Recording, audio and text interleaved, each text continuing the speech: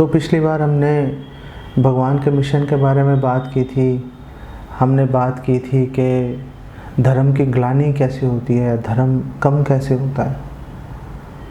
तो अगर हमने भगवान के मिशन को समझ लिया, धर्म खराब कैसे होता है, धर्म अधर्म में कैसे बदल जाता है, अगर हमने इस बात को समझ लिया तो फिर हम ये भी समझ जाएंगे कि ये भौतिक संसार आखिर बनाया क्यों है। हमें ये क्लैरिटी आ जाएगी। ये भौतिक संसार इसलिए नहीं बना हुआ कि हम यहाँ से सुखपूर्वक इसमें रहते रहे, इसके लिए नहीं है।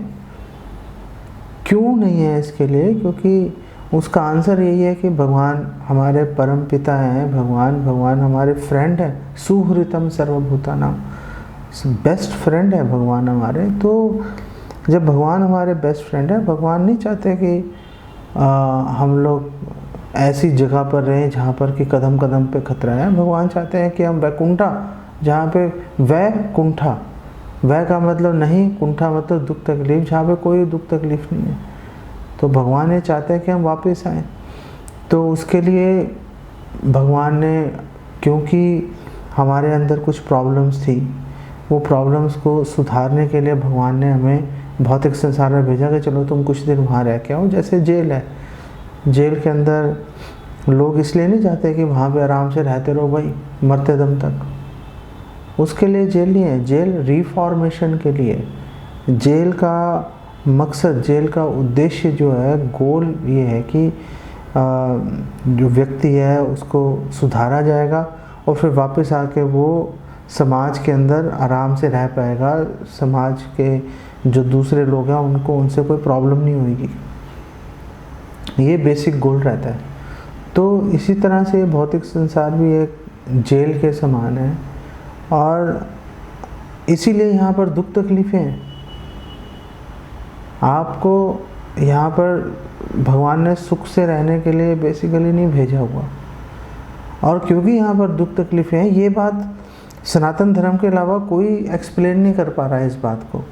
आप देखो, क्रिश्चियनिटी के अंदर सैटन का कॉन्सेप्ट है और इनफैक्ट क्योंकि क्रिश्चियनिटी में इस चीज़ को एक्सप्लेन नहीं कर पा रहे कि वे संसार में दुख क्यों है, तो बोलेंगे कि वेल गॉड है। गॉड मतलब अगर दुख जो है वो सैटन मतलब राक्षस, शैतान। अगर शैतान भगवान के रहते हुए अगर शैतान दुख दे पा रहा है तो उसका मतलब शैतान जो है वो भगवान से ज़्यादा ताकतवर हो गया, क्योंकि उसके सामने, भगवान के सामने, भगवान की चल ही नहीं रही शैतान के सामने। और यही कॉन्सेप्ट आप देखोगे इस्लाम के अंदर भी है। इस्लाम में इब्लिस है जो शैतान है। जो ये मुसलमान जाते हैं मक्का में तो वहाँ पे वो पत्थर मारते हैं ना शैतान को, वो इब्लिस है। वो इब्लिस को पत्थर मारेंगे कि इसको पत्थर मार के घायल कर दो, मार दो। तो वो सैटेनिक वर्सेस भी हैं कुरान के अंदर। अगर आप देखोगे कि जो प्रॉफिट मोहम्मद है वो बीच में इन्फ्लुएंस हो गए थे इब्लिस से, इब्लिस के प्रभाव में आ गए थे। तो उन्होंने कुछ ऐसे कुरान की आयतें दी जो कि गलत मानी जाती हैं, उसको फॉलो नहीं करना चाहिए, अधार्मिक है बेसिकली। तो अब मतलब लोग ये सोचते हैं कि शैतान जो है वो ज़्यादा हावी हो रहा है भगवान पर, इसीलिए संसार के अंदर इतने दुख तकलीफ़ें हैं। ऐसा नहीं है। शैतान रहेगा नहीं रहेगा, ये संसारी दुखालयों में शाश्वतम है। क्योंकि भगवान का उद्देश्य हमें यहाँ रखना नहीं है। भगवान का उद्देश्य हमें सुधार के वापस अपने पास लेके जाना है, क्योंकि भगवान हमें मिस करते हैं, क्योंकि भगवान हमसे प्रेम करते हैं। भगवान चाहते हैं कि वापस आए यहाँ पर। ये एक बेसिक कॉन्सेप्ट लोगों को अगर समझ में आ गया तो फिर बात बन जाएगी। फिर लोग आराम से भक्ति कर पाएंगे। तो हमने ये बात की थी कि अगर धर्म की ग्लानि हो रही है, हम कुछ भी करेंगे, धर्म की हानि हो रही है। अगर हमने पाप किए तो तकलीफ़ होगी, पुण्य किए वो भी पाप है। हमने यमराज जी की भी बात की थी कि किस प्रकार यमराज जी बता रहे हैं कि पाप तो पाप है ही। भागवतम के 6 स्कंद में पुण्य भी पाप है, क्योंकि पुण्य करेंगे तो सुविधाएं मिलेंगी, सुविधाएं मिलेंगी तो हमें पाप करने की सुविधा मिलेगी। तो हम धार्मिक कार्यों में संलग्न होने की जगह हम लोग पाप कार्यों में लिप्त हो जाएंगे, क्योंकि हमारी स्वाभाविक प्रवृत्ति है पाप करना।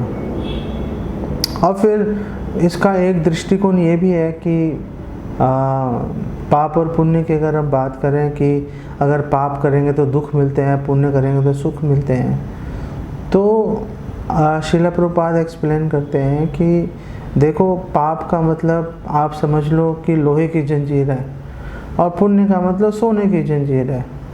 अगर एक जानवर है, उसके गले में सोने की जंजीर हो या लोहे की जंजीर हो, उससे क्या फ़र्क पड़ रहा है? वो तो बंधा हुआ है ना, उसको इससे कोई लेना देना नहीं हो। देखो मेरे गले में सोने की जंजीर से मैं बंधा हुआ हूँ, मैं कितना भाग्यशाली हूँ। अरे भाई, बंधा हुआ है, ये इम्पोर्टेंट है कि तू बंधा हुआ है। तू अपनी मर्जी से, अपनी इच्छा से कुछ नहीं कर सकता, स्वतंत्र नहीं है तू।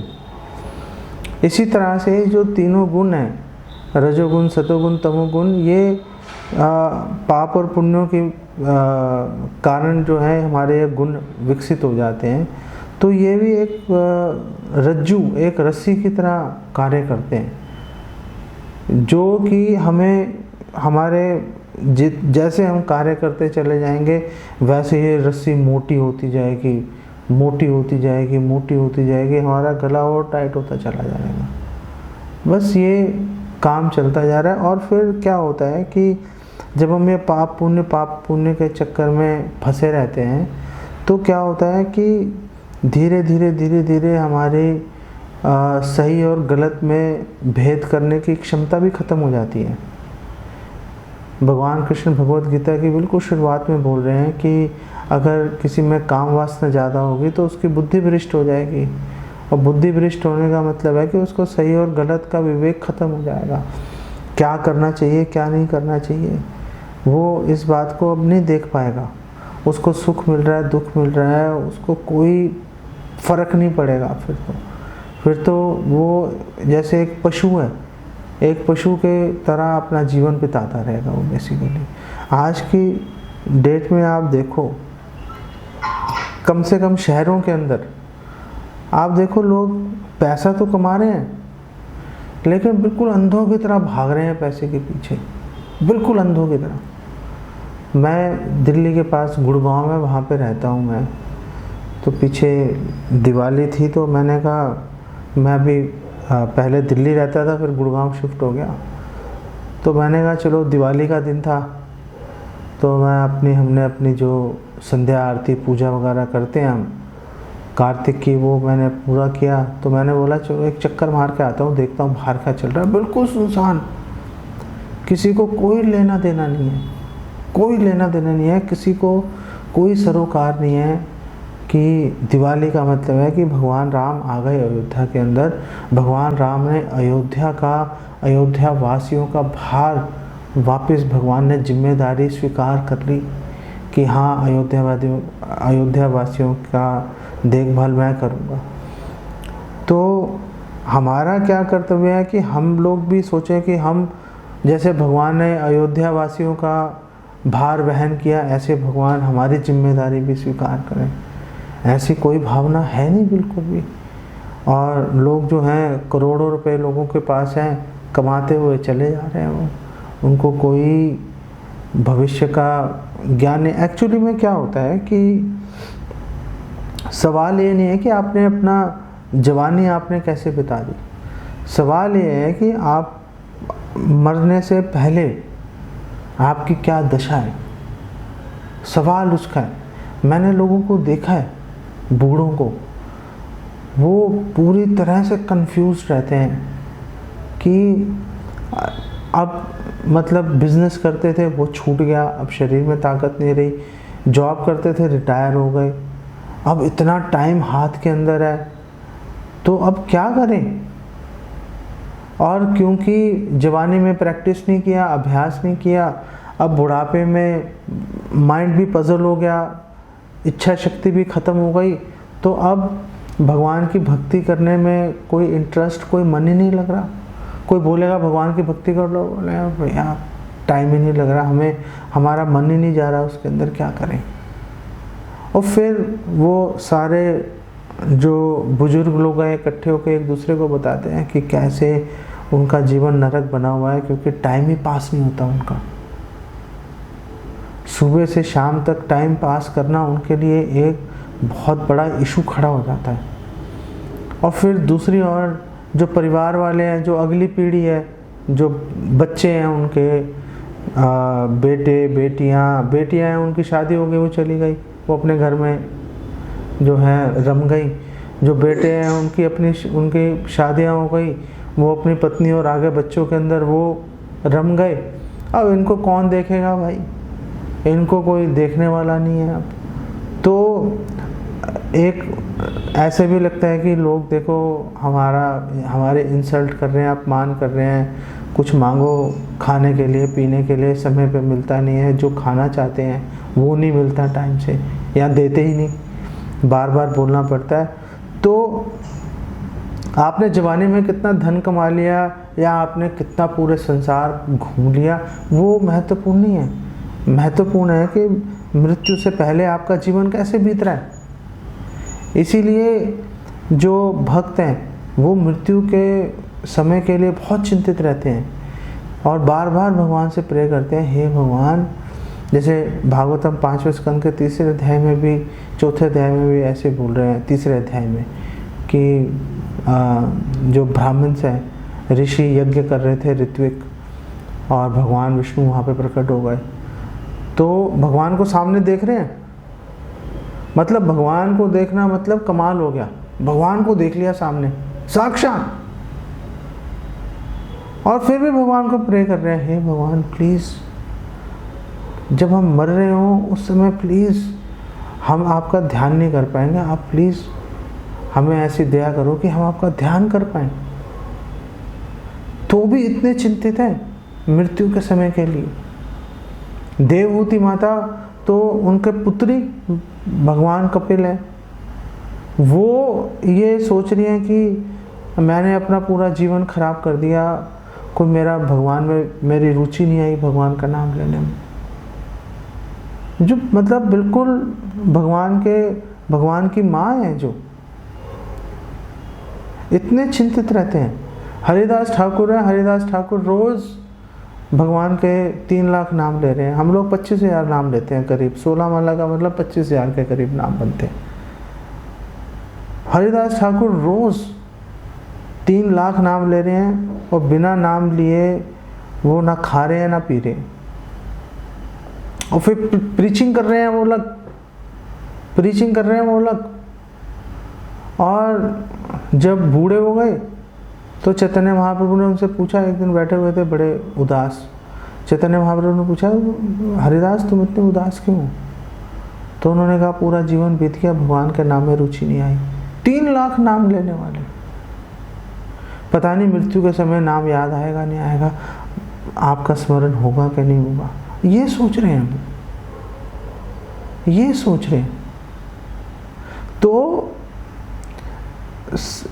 आप लोग जो हैं बहुत एंजॉय कर रहे हो आपके आसपास में, बहुत विलासिता से ऐश्वर्य से रह रहे हो, कोई उससे आपको हीन भावना या मन में चिंता की बात नहीं है। या अगर आप धनवान हो तो आपको बहुत ज़्यादा अपने धन का प्रदर्शन करने की आवश्यकता नहीं है। मृत्यु के बारे में सोचना चाहिए कि मृत्यु के समय आखिर हमारे मन में क्या भावना आएगी, कैसे हम भगवान का स्मरण कर पाएंगे। तो भगवत गीता का श्लोक है कि लोग कैसे फंसे हुए हैं पाप और पुण्य के चक्कर में और कैसे इससे बाहर निकलेंगे। तो भगवान भगवत गीता 30 अध्याय के 9वें श्लोक में बोल रहे हैं, यज्ञार्थात् कर्मणो अन्यत्र लोकोयम कर्म बंधना तदर्थम कर्म कौन्तेय मुक्त संग समाचरा। भगवान कृष्ण कह रहे हैं यज्ञार्थात् कर्मणा, कि यज्ञ का मतलब है भगवान कृष्णा, भगवान विष्णु। भगवान अर्थ, भगवान के लिए, अर्थ का मतलब के लिए, यज्ञ अर्थ भगवान के लिए, कर्मणा काम करो।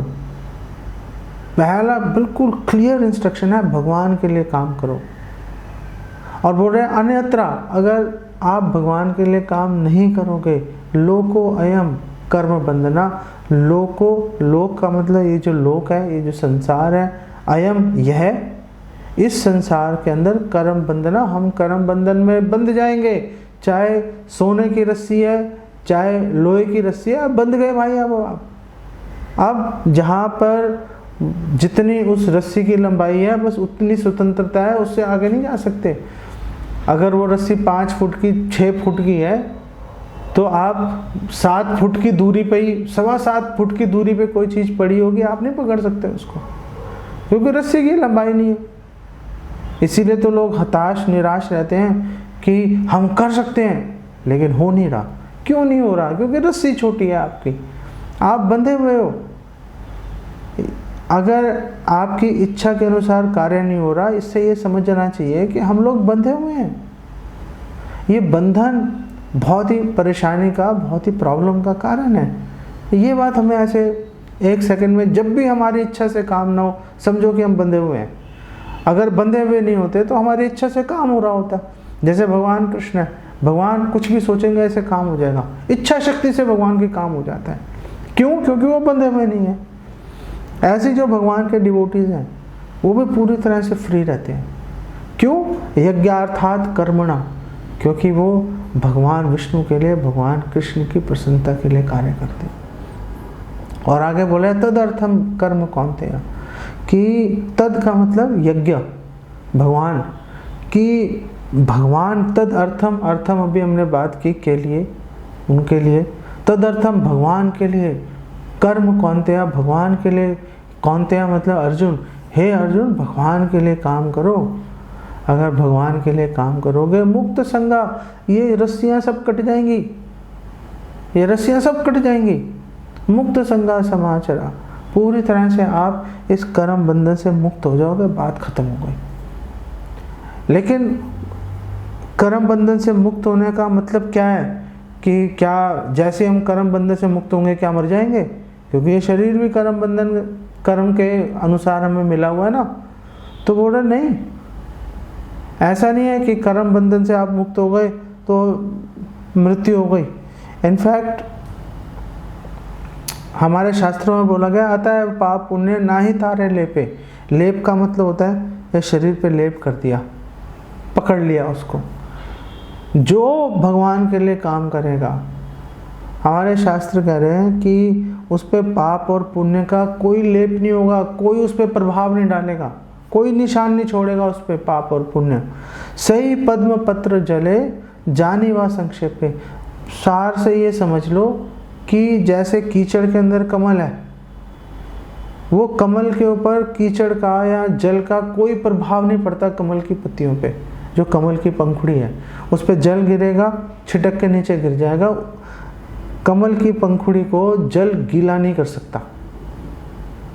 ऐसे ही जो डिवोटीज हैं वो रहेंगे संसार के अंदर, लेकिन बिल्कुल संसार का कोई भी प्रभाव जो है उनके ऊपर नहीं आएगा। नहीं तो क्या है, क्या इसको कैसे समझें हम? इसको कैसे समझें?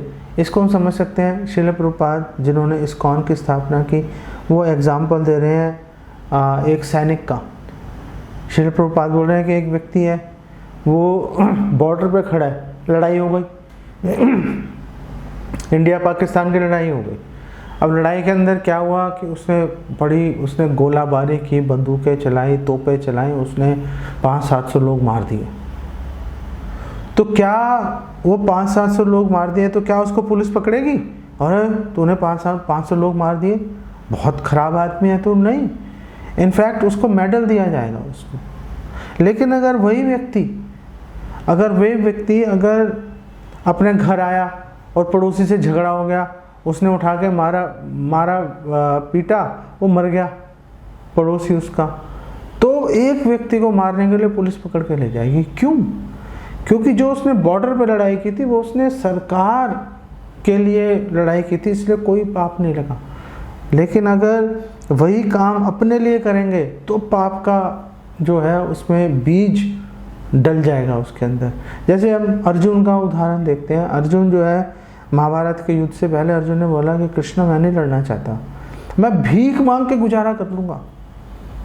लेकिन भगवान चाहते थे कि युद्ध हो, क्योंकि कौरवों ने भरी सभा के अंदर द्रौपदी का जो है अपमान किया था। भगवान नहीं सहते भाई अपमान डिवोटीज का, भगवान नहीं सहते। भगवान बोलते हैं कि अगर मेरा अपमान कर दोगे मैं सह लूँगा। जैसे भृगु ऋषि हैं, वो आए, उन्होंने भगवान के वक्ष पर प्रहार कर दिया, ठोकर मार दी। भगवान उठे, भगवान ने उनका पैर सहलाया, भगवान ने कहा मेरा वक्ष तो वज्र के समान कठोर है, आपका जो चरण है आपके वो कमल के समान है कोमल, तो आपने ठोकर मारी तो क्या आपके पैरों में चोट तो नहीं लगी? तो जब अपने पे बात आती है भगवान सह लेते हैं। लेकिन अगर किसी भक्त के ऊपर अगर कोई आक्षेप लगा दिया, किसी भक्त के अगर कोई कुछ बोल दिया, तो समझ लो मतलब भगवान फिर नहीं सह पाते उसको, फिर नहीं भगवान सह पाते। अगर भक्त ने माफ़ कर दिया तो भी भगवान पकड़ के रखते हैं उसको कि तेरे को छोड़ूंगा नहीं। आप देखो ध्रुव महाराज की जो सौतेली माँ है, उसने अपमान कर दिया था ध्रुव महाराज का। ध्रुव महाराज अपने पिता राजा उत्तानपाद की गोदी में बैठने वाले थे, तो उसने मना कर दिया सुरुचि ने, जो ध्रुव महाराज की सौतेली माँ है। उसने बोला नहीं नहीं, अगर तूने अपने पिता की गोदी में बैठना है तो पहले तुझे मरना पड़ेगा, पहले तू मर, मेरे गर्भ से जन्म ले, फिर तू बैठ पाएगा। सुनीति के पुत्र के रूप में तू अपने पिता की गोदी में नहीं चढ़ सकता, भाग जा यहाँ से। तो जाना पड़ा ध्रुव महाराज को वहाँ से। इस अपमान के लिए जो सुरुचि का पुत्र है उत्तम, वो जंगल में गया था, यक्षों ने मार दिया। और जब सुरुचि को पता चला, पागल हो गई, वो भी जंगल में गई, वहाँ पे आग में जल के मर गई। पूरा मतलब भगवान नहीं छोड़ते। तो और भगवान ने धर्म की स्थापना भी करनी थी कि अगर कोई स्त्री का अपमान करेगा खत्म हो जाएगा वंश के समेत, एक डिवोटी का अपमान करेगा खत्म हो जाएगा। भगवान ने वो सिद्धांत स्थापित करना था, इसलिए भगवान चाहते थे कि युद्ध हो। अर्जुन चाहता था कि युद्ध नहीं हो, अपने लिए, कि ताकि मुझे स्वजनों की मृत्यु का जो दुख है वो मुझे ना देखना पड़े। तो अर्जुन के लिए युद्ध ना करना पाप है, और भगवान की आज्ञा मान के युद्ध करना उसके लिए सेवा है। यज्ञ अर्थात कर्मणो, कि भगवान की प्रसन्नता के लिए भगवान चाहते हैं युद्ध करो, युद्ध करना तुम्हारे लिए जरूरी है, तो फिर बात खत्म हो गई, फिर बात खत्म होगी। फिर हम ऐसा नहीं सोच सकते कि नहीं नहीं अच्छा नहीं है युद्ध करना, छोड़ो, युद्ध करेंगे तो बड़ी प्रॉब्लम हो जाएगी, चारों तरफ मार काट मच जाएगी। भगवान धर्म की स्थापना करना चाहते हैं, उसके लिए करना पड़ेगा। तो सिद्धांत, पूरी भगवत गीता का सिद्धांत यही है कि भगवान की प्रसन्नता के लिए काम करो, बात खत्म हो गई। और देवहूति तो जो भगवान कपिल की माँ है, देवहूति भागवतम तीसरे अध्याय के 23वें स्कंद के 23वें अध्याय के 56वें श्लोक में बोल रही है। वो बोल रहे हैं कि अगर किसी ने कर्म किया और वो धर्म के अनुसार नहीं है तो बहुत बड़ी प्रॉब्लम है। उन्होंने बोला न इह यत कर्म धर्माय, अगर आपने काम किया और वो धर्म के अनुसार नहीं है। धर्म पहले समझ लेते हैं, धर्म क्या है। धर्म, बार बार इस बात को समझना हमें जरूरी है। धर्म का मतलब है भगवान कृष्ण की संतुष्टि। भगवान कृष्ण को संतोष प्रदान करेंगे वो धर्म है, बाकी सब बेकार बकवास अनर्गल है, कोई उसकी प्रासंगिकता, कोई रेलिवेंस नहीं है उसकी। तो माता देवहूति ने बोला कि अगर न इह यत कर्म धर्माया, अगर आपने काम किया धार्मिक नहीं है, बहुत बड़ी प्रॉब्लम है। और अगर आपने धर्म किया, आपने अगर धर्म किया, धर्माय न विरागाय कल्पते, और उससे आपके मन में वैराग्य नहीं आया, तो भी बहुत बड़ी प्रॉब्लम है। इसका मतलब यह है सकाम कर्म नहीं करने चाहिए कि पुत्र की प्राप्ति के लिए यज्ञ कर रहे हैं, या सुंदर जैसे जो लड़कियां हैं, स्त्रियां, वो शिवजी के व्रत रखती हैं अच्छे पति की कामना के साथ में। पुरुष है वो व्रत रख रहे हैं अच्छी स्त्री की तलाश के अंदर, जॉब्स के लिए, बिजनेस के लिए लोग तरह तरह के प्रपंच, तरह तरह के यज्ञ करते हैं। सब कोई ऐसा करने की आवश्यकता नहीं है।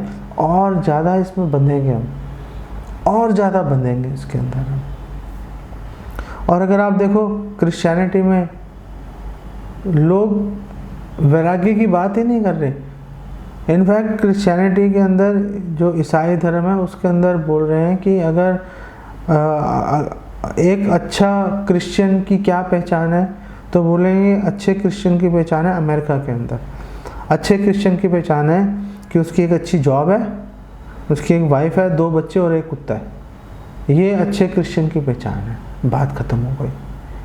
भारत में जो धर्मांतरण चल रहा है उसके अंदर भी वो क्या कर रहे हैं क्रिश्चियंस, वो बोलते हैं कि अगर आप क्रिश्चियन बनोगे तो हम आपके बच्चों को फ्री एजुकेशन दिलवाएंगे, आपको एक मकान दिलवाएंगे, एक गाड़ी दिलवाएंगे, आराम से रहना अपनी ज़िंदगी।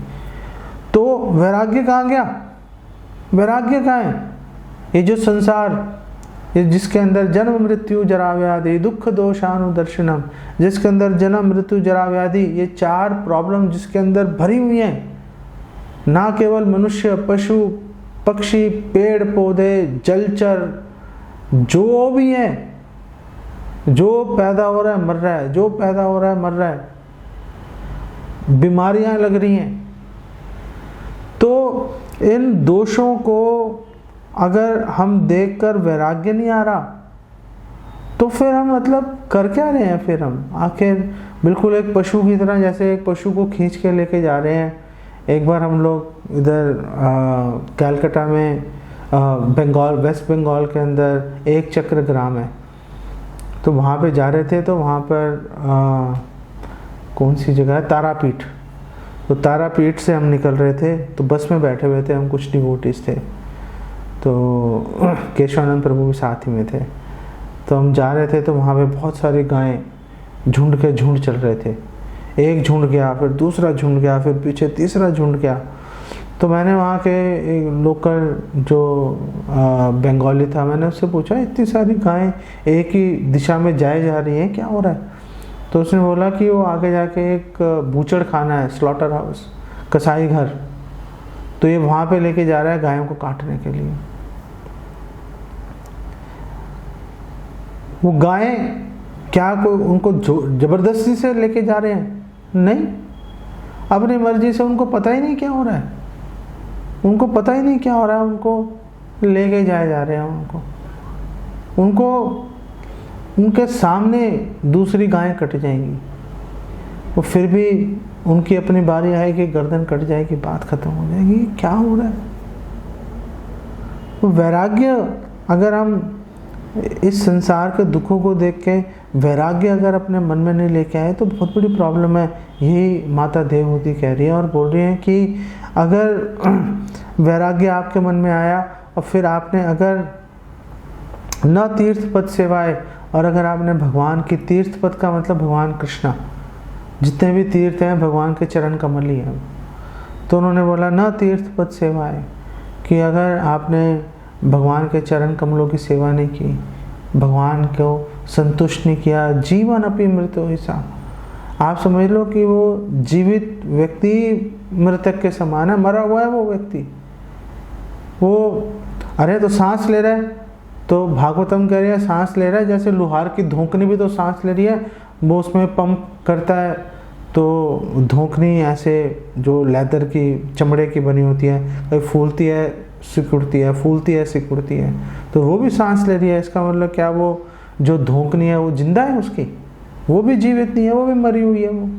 तो ऐसे ही अगर कोई धार्मिक कार्य नहीं कर रहा, वैराग्य नहीं आ रहा, भगवान की सेवा नहीं कर रहा, तो समझ लो मरे हुए के समान है, समझ लो मरे हुए के समान है। तो बात ये हो रही थी कि हम लोग अगर इस भौतिक संसार में रह रहे हैं, घर के अंदर रह रहे हैं, जिम्मेदारियां हमारे सिर के ऊपर, हमने काम, तो हमें काम करना ही पड़ेगा, या कोई बिजनेस चलाना पड़ेगा, या हमें कोई जॉब करनी पड़ेगी, नहीं तो घर कैसे चलेगा। तो वैराग्य का मतलब ये नहीं है कि आप घर छोड़ दो, सब छोड़ छाड़ के जंगल में चले जाओ, या किसी मंदिर को ज्वाइन कर लो और वहीं पे आप रहते रहो, ऐसा बिल्कुल नहीं है। एक ब्रह्मचारी के अगर करना चाहे वो कर सकता है, लेकिन गृहस्थ व्यक्ति के लिए ऐसा कोई इस तरह का कोई सुझाव नहीं दिया जाता। तो फिर कैसे घर में रहते हुए काम किया जाएगा? तो उसके लिए उसका उत्तर है वर्णाश्रम धर्म, कि हम वर्णाश्रम धर्म के अंदर रहते हुए भगवान को संतुष्ट करने के लिए कार्य करेंगे। तो हम रहेंगे भी इस भौतिक संसार में, फिर भी हम कर्म बंधन के अंदर फंसेंगे नहीं, कर्म बंधन में लिप्त नहीं होंगे, हम हमेशा मुक्त अवस्था में रहेंगे हम। तो ये जो वर्ण आश्रम है कि 4 वर्ण 4 आश्रम, इसको समझना बहुत आवश्यक है। हमें ये भी समझना आवश्यक है कि आखिर हम किस वर्ण के अंदर आखिर हम स्थित हैं। क्या हम एक ब्राह्मण हैं, क्या हम एक क्षत्रिय हैं, क्या हम वैश्य हैं या शूद्र हैं? तो कैसे हम पहचानेंगे कि हम लोग किस वर्ण में स्थित हैं? तो वो जो वर्ण है वो जाति के आधार पर निर्धारित नहीं होता। हमारे शास्त्रों में कहीं पर भी जाति के आधार पर वर्ण निर्धारित नहीं किया गया, कहीं पर भी। भगवत गीता में भगवान कृष्ण कह रहे हैं चतुर्वर्ण्या मया सृष्टम गुण कर्म विभाक्षा, मैंने 4 वर्णों की सृष्टि स्थापना की है गुण और कर्मों के आधार पर। जाति का, जन्म का तो नाम ही नहीं है। इनफैक्ट हमारे शास्त्रों में बोला गया है जन्मना जायते शूद्रा, जन्म से हर व्यक्ति शूद्र है। जो पैदा हुआ है, जो छोटा बच्चा जिसका जन्म हुआ, उसको क्या पता है? उसको कैसे पता है जीवन यापन कैसे होगा? उसको भगवान के बारे में कोई जानकारी नहीं। वो तो उसके लिए तो सिर्फ जो भूख लगने पर माँ से दूध मिल जाए, बस उतना ही उसके लिए पर्याप्त होता है, और किसी के बारे में नहीं सोचता। वो अन्नमय वृत्ति होती है उसकी। तो इसी को बोला है शूद्र। तो ये जो जितने भी ये लोग बोल रहे हैं ना कि देखो ये जाति के आधार पर, जन्म के आधार पर लोगों ने बड़े अत्याचार किए हैं, अरे तुम ही ने स्थापित किया है। ये जितने पॉलिटिशियंस हैं उन्हीं ने ये सब काम किया। कैसे किया आप बोलो? आप देख लो जितनी सरकारी सुविधाएं हैं, चाहे आप राशन देख लो, चाहे कोई भी आवास योजना, कोई दुनिया भर की योजनाएं हैं, सब जाति के आधार पर चल रही हैं। आप गवर्नमेंट डिपार्टमेंट्स में आप सरकारी नौकरियां देख लो, सब जाति के आधार पर चल रही हैं। गुण और कर्म के आधार पर कौन बात कर रहे हैं? तो आप जाति के आधार पर लोगों को खींच रहे हो और दोष आप लगा रहे हो सनातन धर्म के ऊपर, जो कि सनातन धर्म बात ही नहीं कर रहा जाति के ऊपर। सनातन धर्म तो गुण और कर्म की बात कर रहा है कि अगर गुण है, कर्म है, तो उसके अनुसार एक व्यक्ति का सम्मान या आदर दिया जाएगा। तो जन्मना जायते शूद्रा, जन्म से सब शूद्र हैं। फिर क्या है? संस्काराद भवेद द्विजा। जो 4 वर्ण है, ब्राह्मण क्षत्रिय वैश्य शूद्र, इसके अंदर शूद्र द्विज नहीं माना जाता, लेकिन ब्राह्मण क्षत्रिय और वैश्य इनको द्विज माना जाता है, इनका संस्कार होता है। तो अगर संस्कार किया जाएगा उनको, अगर जैसे जनेऊ उनको धारण करवाना, इस तरह के जो संस्कार हमारे शास्त्र में बोले हैं, उससे द्विज हो जाता है, दूसरा जन्म हो जाता है। और वेद पाठात भवेद विप्रः, और अगर वेद पाठ करेगा तो एक विप्र, एक सेकंड क्लास ब्राह्मण बन जाएगा। जो वेद पाठी ब्राह्मण है वो ब्राह्मण तो है, लेकिन सेकंड क्लास ब्राह्मण है। तो फर्स्ट क्लास ब्राह्मण कैसे होगा? ब्रह्म जानाति इति ब्राह्मण। तो अगर उसको ब्रह्म की जानकारी होगी, अगर उसको भगवान की जानकारी होगी, तो फर्स्ट क्लास ब्राह्मण बन जाएगा। ऐसे हम समझ सकते हैं कि हम किस वर्ण के अंदर स्थित हैं। तो हम किसी भी वर्ण में स्थित रहें, आप वर्ण आश्रम में रह के अगर भगवान को प्रसन्न करने के लिए अगर काम करोगे, जो कि वर्णाश्रम धर्म का गोल है, क्योंकि भागवतम में बताया गया है, विष्णु पुराण में बताया गया है। विष्णु पुराण में तो बोला है वर्णाश्रम आचार बता पुरुषेण परा पुमान विष्णुर आराध्यते पंथा न अन्य तत्तोष कारणम, न अन्य तत्तोष कारणम। और किसी तरह से भगवान प्रसन्न नहीं होंगे तो कैसे प्रसन्न होंगे? वर्णाश्रम धर्म का पालन करके। अगर वर्णाश्रम धर्म में अगर हम भगवान को केंद्र में रखेंगे, यज्ञार्थात कर्मणा, जो हमने शुरू में बात की, भगवत गीता 3 अध्याय का 9वां श्लोक, बिल्कुल सेम बात चल रही है, बिल्कुल सेम बात चल रही है कि विष्णु और आराध्यते पंथा, भगवान विष्णु की आराधना करो। भगवान विष्णु की आराधना करोगे तो बात बनेगी। भागवतम 1:2:14 में बोला गया है, अतः पुंभिर द्विजा श्रेष्ठा वर्णाश्रम विभागशः स्वनुष्ठितस्य धर्मस्य संसिद्धिर हरितोष्णम। वर्णाश्रम धर्म के अंदर रहकर बेस्ट काम आप क्या कर सकते हो? भगवान हरि को, भगवान विष्णु को, भगवान कृष्ण को संतुष्ट कर सकते हो। इसीलिए अगले श्लोक में उन्होंने बोला 1:2:14 के अंदर, तस्माद एकेन मनसा भगवान सात्वताम पति श्रोतव्य कीर्तितव्यश्च ध्येय पूज्यश्च नित्यता, कि नित्यता सदैव कॉन्स्टेंटली लगातार एकेन मनसा एकाग्रचित होकर भगवान सात्वताम पति, भगवान कौन है? भगवान सात्वताम पति, जो भक्तों के, जो वैष्णव हैं उनके पति, उनके स्वामी हैं, उन्हीं को श्रोतव्य, उनके बारे में सोचना चाहिए जैसे आप सुन रहे हो।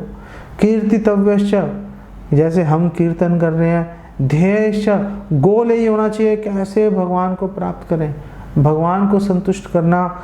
भगवान पूज्यश्च, भगवान की पूजा आराधना करना। बस यही है गोल हमारे जीवन का, यही जीवन का गोल है। इसी को पकड़ के चलेंगे बात बन जाएगी, इसी को पकड़ के चलेंगे बात बन जाएगी। प्रश्न यहाँ पर अभी आता है कि ओके फाइन, हम लोग अपने घर में रहते हुए हम भगवान को कैसे संतुष्ट कर सकते हैं? तो घर में रहते हुए हम भगवान को संतुष्ट कर सकते हैं भगवान का गुणगान करके। भगवान का गुणगान कैसे करेंगे? कलयुग में भगवान का गुणगान हम करेंगे हरे कृष्णा कीर्तन के साथ।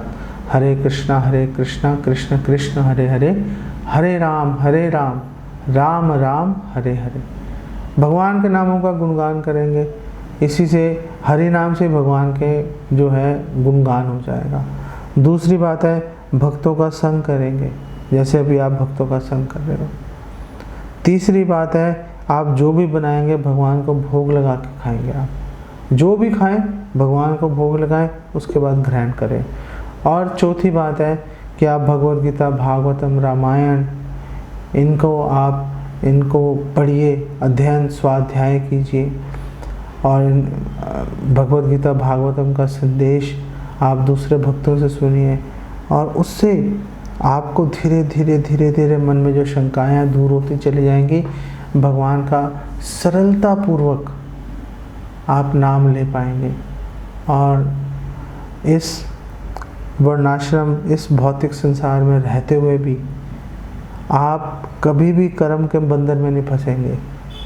सुख से यहाँ पे भी रहेंगे और शरीर छोड़ेंगे, भगवान के धाम पहुँच जाएंगे और भगवान की सेवा में वहाँ पे नियोजित हो जाएंगे। जैसे यहाँ पर सेवा कर रहे थे ऐसे ही भगवान के धाम जाके सेवा करना शुरू कर देंगे। यहाँ पे इसको विराम देते हैं।